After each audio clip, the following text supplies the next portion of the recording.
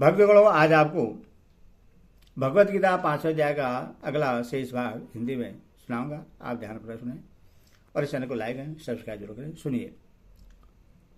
एवं का प्रयोग किस अर्थ में है और ऐसा पुरुष सदा मुक्ति है, इस कथन का क्या अभिप्राय है? एवं यह अव्यक्त निश्चय का बोधक है।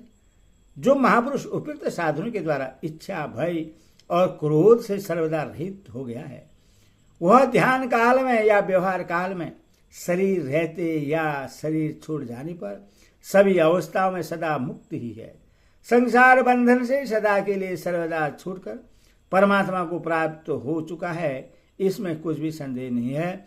अर्जुन के प्रश्न का उत्तर देते हुए भगवान ने कर्मयोग और सांख्य योग के स्वरूप का प्रतिपादन करके दोनों साधनों द्वारा परमात्मा की प्राप्ति और सिद्ध पुरुषों के लक्षण बतलाए। फिर दोनों निष्ठाओं के लिए उपयोगी होने से ध्यान योग का भी संक्षेप में वर्णन किया। अब जो मनुष्य इस प्रकार मन इंद्रियों पर विजय प्राप्त करके कर्मयोग, सांख्य योग या ध्यान योग का साधन करने में अपने को समर्थ नहीं समझता हो, ऐसे साधक के लिए सुगमता से परम पथ की प्राप्ति कराने वाले भक्ति योग का संक्षेप में वर्णन करते हैं। मेरा भक्त मुझको सब यज्ञ और तपों का भोगने वाला, संपूर्ण लोगों के ईश्वरों का भी ईश्वर तथा संपूर्ण भूत प्राणियों का सुहृदय अर्थात स्वार्थ रहित, दयालु और प्रेमी, ऐसा तत्व से जानकर शांति को प्राप्त होता है। यज्ञ और तप से क्या समझना चाहिए? भगवान उनके भोक्ता कैसे हैं और उनको भोक्ता जानने से मनुष्य को शांति कैसे मिलती है। अहिंसा, सत्य आदि धर्म का पालन, देवता, ब्राह्मण, माता पिता आदि गुरुजनों का सेवन पूजन, दीन दुखी, गरीब और पीड़ित जीवों की स्नेह और आदरयुक्त सेवा और उनके दुख नाश के लिए किए जाने वाले उपयुक्त साधन एवं यज्ञ, दान आदि जितने भी शुभ कर्म हैं, सभी का समावेश यज्ञ और तप शब्दों में समझना चाहिए। भगवान सबके आत्मा है, अतः देवता, ब्राह्मण, दीन दुखी आदि के रूप में स्थित होकर भगवान ही समस्त सेवा पूजादि ग्रहण कर रहे हैं, इसीलिए वे ही समस्त यज्ञ और तपों के भोक्ता हैं। भगवान के तत्व और प्रभाव को न जानने के कारण ही मनुष्य जिनकी सेवा पूजा करते हैं, उन देव मनुष्यादि को ही यज्ञ और सेवा आदि के भोक्ता समझते हैं। किसी से भी अल्प और विनाशी फल के भागी होते हैं, उनको यथार्थ शांति नहीं मिलती, परंतु जो पुरुष भगवान के तत्व और प्रभाव को जानता है, वह सबके अंदर आत्म रूप से विराजित भगवान को ही देखता है। इस प्रकार प्राणी मात्र में भगवत बुद्धि हो जाने के कारण जब वह उनकी सेवा करता है, तब उससे यही अनुभव होता है कि मैं देव, ब्राह्मण या दीन दुखी आदि के रूप में अपने परम पूज्य, परम प्रेमा ईश्वर, सर्वव्यापी श्री भगवान की ही सेवा कर रहा हूं। मनुष्य जिसको कुछ भी श्रेष्ठ या सामान्य समझता है, जिसमें थोड़ी भी श्रद्धा भक्ति होती है, जिसके प्रति कुछ भी आंतरिक सच्चा प्रेम होता है, उसकी सेवा में उसको बड़ा भारी आनंद और विलक्षण शांति मिलती है। क्या पितृभक्त पुत्र अपने पिता की, स्नेहमय माता पुत्र की और प्रेम प्रतिमा पत्नी अपने पति की सेवा करने में कभी थकते हैं? क्या सच्चे शिष्य या अनुयायी मनुष्य अपने श्रद्धेय गुरु या पथदर्शक महात्मा की सेवा से किसी भी कारण से हटना चाहते हैं? जो पुरुष या स्त्री जिनके लिए गौरव, प्रभाव या प्रेम की पात्र होते हैं, उनकी सेवा के लिए उनके अंदर क्षण क्षण में नई नई उत्साह लहरी उत्पन्न होती है। ऐसा मन होता है कि इनकी जितनी सेवा की जाए उतनी ही थोड़ी है। वो इस सेवा से यह नहीं समझते कि हम इनका उपकार कर रहे हैं।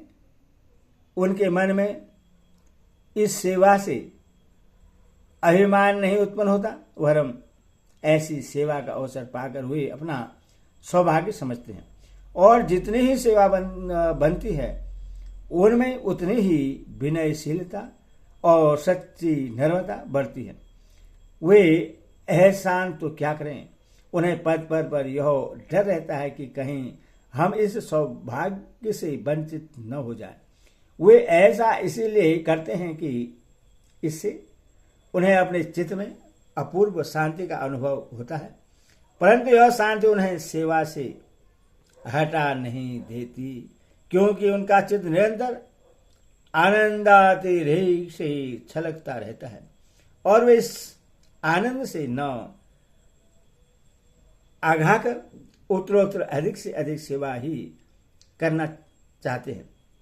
जब संसारी गौरव प्रवाह और प्रेम में सेवा इतनी सच्ची, इतनी लगन भरी और इतनी शांतिप्रद होती है, तब भगवान का जो भक्त सबके रूप में अखिल जगत के परम पूज्य देवादिदेव सर्वशक्तिमान परम गौरव तथा अचिंत्य प्रभाव के नित्य धाम अपने परम प्रियतम भगवान को पहचान कर अपनी विशुद्ध सेवावृत्ति को हृदय के सच्चे विश्वास और अविरल प्रेम की निरंतर उन्हीं की ओर बहने वाली पवित्र और सुधामयी मधुर धारा में पूर्णता डुबा डुबा कर उनकी पूजा करता है, तब उसे कितना और कैसा अलौकिक आनंद तथा कितनी और कैसी अपूर्व दिव्य शांति मिलती होगी।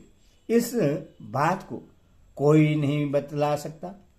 जिनको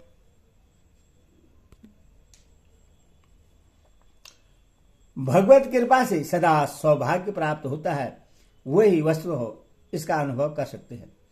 भगवान को सर्वलोक महेश्वर समझना क्या है और ऐसा समझने वाले को शांति कैसे मिलती है। इंद्र, वरुण, कुबेर, यमराज आदि जितने भी लोकपाल हैं तथा विभिन्न ब्रह्मांडों में अपने अपने ब्रह्मांड का नियंत्रण करने वाले जितने भी ईश्वर हैं, भगवान उन सभी के स्वामी और महान ईश्वर है। इसी से श्रुति में कहा है, तमीश्वराण परम महेश्वरम।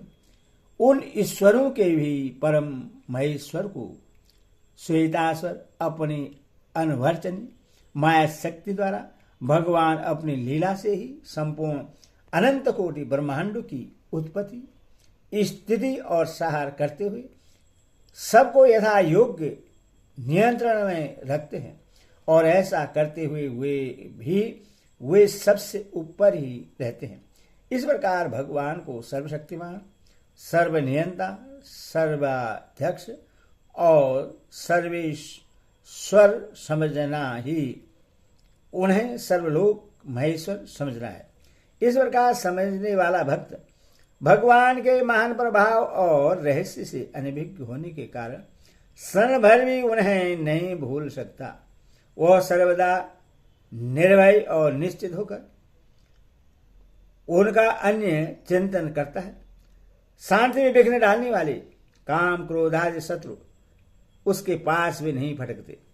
उसकी दृष्टि में भगवान से बढ़कर कोई भी नहीं होता। इसीलिए उनके चिंतन में संलग्न होकर नित्य निरंतर परम शांति और आनंद की महान समुद्र भगवान के ध्यान में ही डूबा रहता है। भगवान सब प्राणी के सुहृदय किस प्रकार है और उनका सुहृदय जानने से शांति कैसे मिलती है। संपूर्ण जगत में कोई भी ऐसी वस्तु नहीं है जो भगवान को न प्राप्त हो और जिसके लिए भगवान का कहीं किसी से कुछ भी स्वार्थ का संबंध हो। भगवान तो सदा सर्वदा सभी प्रकार से पूर्ण काम है, तथापि दयामयी स्वरूप होने के कारण वे स्वाभाविक ही सब पर अनुग्रह करके सबके हित की व्यवस्था करते हैं और बार बार अवतीर्ण होकर नाना प्रकार के ऐसे विचित्र चरित्र करते हैं जिन्हें गा गा कर ही लोग तर जाते हैं। उनकी प्रत्येक क्रिया में जगत का हित भरा रहता है। भगवान जिनको मारते या दंड देते हैं उन पर भी दया ही करते हैं। उनका कोई भी विधान दया और प्रेम से रहित नहीं होता। इसीलिए भगवान सब भूतों के सुहृद हैं। लोग इस रहस्य को नहीं समझते। इसी से वे लौकिक दृष्टि से इष्ट अनिष्ट की प्राप्ति में सुखी दुखी होते रहते हैं और इसी से उन्हें शांति नहीं मिलती।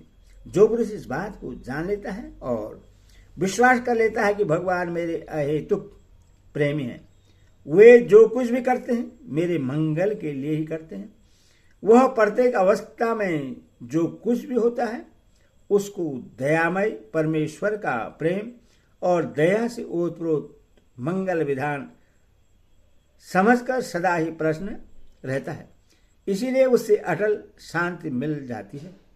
उसकी शांति में किसी प्रकार की भी बाधा उपस्थित होने का कोई कारण ही नहीं रह जाता। संसार में यदि किसी साधारण मनुष्य के प्रति किसी शक्तिशाली उच्च पदस्थ अधिकारी या राजा महाराजा का सुहृदय भाव हो जाता है और वह मनुष्य यदि इस बात को जान लेता है कि अमुक श्रेष्ठ शक्ति संपन्न पुरुष मेरा यथार्थ हित चाहते हैं और मेरी रक्षा करने को प्रस्तुत है, तो यद्यपि उच्च पदस्थ अधिकारी या राजा महाराजा सर्वदा स्वार्थ रहित भी नहीं होते, सर्वशक्तिमान भी नहीं होते और सबके स्वामी भी नहीं होते, तथापि वह अपने को बहुत भाग्यवान समझकर एक प्रकार से निर्भय और निश्चित होकर आनंद में मग्न हो जाता है। फिर यदि सर्वशक्तिमान सर्वलोक महेश्वर सर्वनियंता सर्वांतर्यामी सर्वदर्शी अनंत अचिंत्य गुणों के समुद्र परम प्रेमी परमेश्वर अपने को हमारा सुहृदय बतलावें और हम इस बात पर विश्वास करके उन्हें अपना सुहृदय मान लें, तो हमें कितना अलौकिक आनंद और कैसी अपूर्व शांति मिलेगी, इसका अनुभव लगाना भी कठिन है। इस प्रकार जो भगवान को यज्ञ तपों के भोक्ता समस्त लोगों के महेश्वर और समस्त प्राणियों के सुहृदय इन तीनों लक्षणों से युक्त जानता है, वही शांति को प्राप्त होता है या इनमें से किसी एक से युक्त समझने वाले को भी शांति मिल जाती है। भगवान को इनमें से किसी एक लक्षण से युक्त समझने वाले को भी शांति मिल जाती है। फिर तीनों लक्षणों से युक्त समझने वाले की तो बात ही क्या है, क्योंकि जो किसी एक लक्षण को भी भली भांति समझ लेता है वह अन्य भाव से भजन के बिना रह नहीं सकता। भजन के प्रभाव से उस पर भगवत कृपा बरसने लगती है और भगवत कृपा से वह अत्यंत ही शीघ्र भगवान के स्वरूप प्रभाव तत्व और गुणों को समझकर पूर्ण शांति को प्राप्त हो जाता है।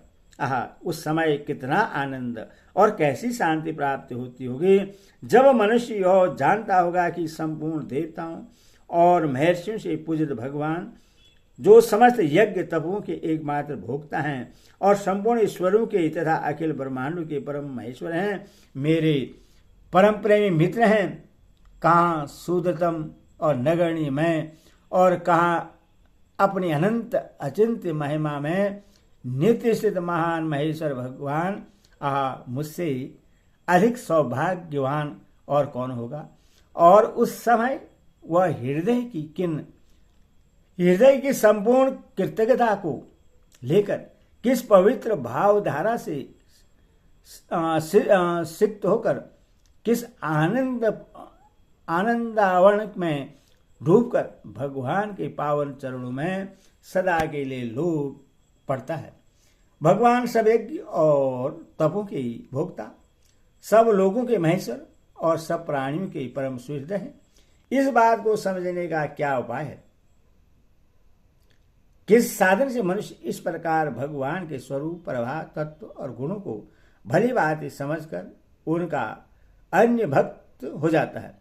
श्रद्धा प्रेम के साथ महापुरुषों का संग, सद शास्त्रों का स्वर्ण मनन और भगवान की शरण होकर अत्यंत उत्सुकता के साथ उनसे प्रार्थना करने पर उनकी दया से मनुष्य भगवान के स्वरूप प्रभाव तत्व और गुणों को समझकर उनका अन्य भक्त हो जाता है।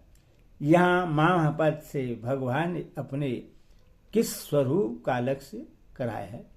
जो परमेश्वर अज अविनाशी और संपूर्ण प्राणियों के महान ईश्वर होते हुए भी समय समय पर अपनी प्रकृति को ले स्वीकार करके लीला करने के लिए योग माया से संसार में अवतीर्ण होते हैं, और जो श्री कृष्ण रूप में अवतीर्ण होकर अर्जुन को उपदेश दे रहे हैं, उन्हें निर्गुण, सगुण, निराकार, साकार और अव्यक्त व्यक्त स्वरूप, सर्वस्वरूप परम ब्रह्मा परमात्मा, सर्वशक्तिमान, सर्वव्यापी, सर्वधारा और सर्वलोक महेश्वर, समग्र महेश परमेश्वर को लक्ष्य करके मम पद का प्रयोग किया गया। ओम तत्सदिति श्रीमद्भागवत गीता सुब्रस्तु ब्रह्म विद्याये योग शास्त्रे श्री कृष्ण अर्जुन संवादे कर्म संन्यास योग नाम पंचमाध्याय। हरि ओम।